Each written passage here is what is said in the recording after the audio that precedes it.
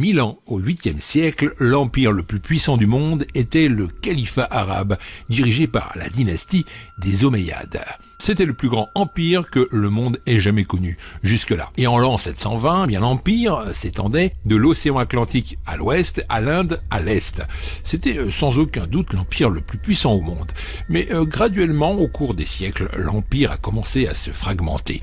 Cela soulève alors la question, et si ce vieil empire était réuni aujourd'hui dans le monde moderne, avec exactement les mêmes frontières qu'il y avait en l'an 720 ? Bien que cela est totalement impossible, supposons que le califat soit soudainement apparu instantanément avec ses frontières exactes.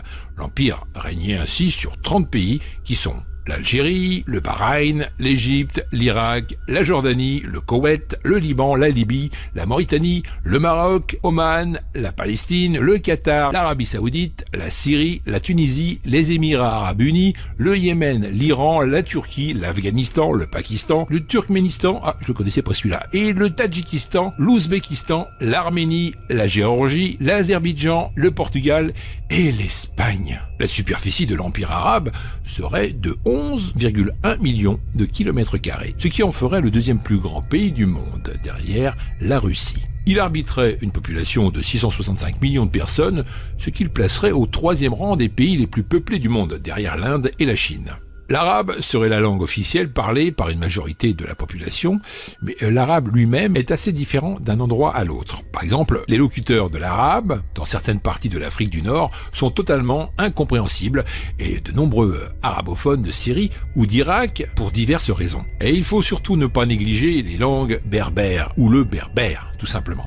L'Afrique du Nord compte plus de 20 millions de berbérophones qui vivent au Maroc, en Algérie, en Tunisie et en Libye. Peut-être que toutes les variétés de la langue seraient considérées comme officielles, mais dans l'ensemble, l'arabe resterait la langue la mieux comprise à l'intérieur des frontières de l'Empire. Bien sûr, d'après le titre de cette vidéo et la région du monde dont nous parlons, vous allez certainement me dire que l'islam serait la religion dominante sur cet empire.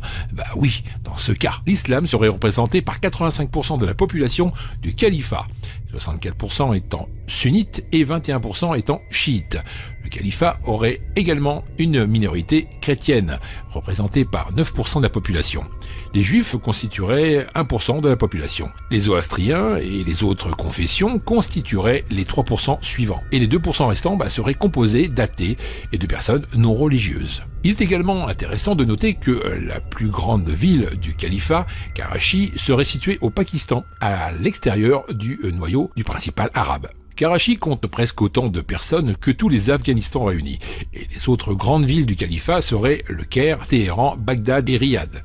Cependant, je m'attendais aussi à ce que Damas devienne la capitale de l'Empire réunifié, puisqu'elle était la capitale du califat en l'an 720. Et maintenant, passons à l'économie de l'Empire. Le califat arabe réunifié aurait une valeur nominale de 5,34 billions, je dis bien billions, d'euros, ce qui signifierait qu'il serait la 3e plus grande économie du monde, dépassant ainsi l'Allemagne et le Japon, mais restant toujours derrière la Chine et les États-Unis. C'est nettement mieux par rapport aux autres empires du passé, tels que l'Union soviétique et le continent africain uni. Cependant, la valeur nominale du califat par habitant serait de seulement 8 000 euros par personne. Ce qui signifie que les conditions de vie moyennes pour les citoyens moyens seraient à peu près les mêmes que pour les citoyens moyens en Chine aujourd'hui. Et puis le califat arabe règne sur des pays entiers comme l'Arabie Saoudite, l'Iran, l'Irak, le Koweït et le Qatar. Il deviendrait instantanément de loin le plus grand producteur mondial de pétrole. En fait, près de 50% de toute la production pétrolière de la Terre serait contrôlée par le califat,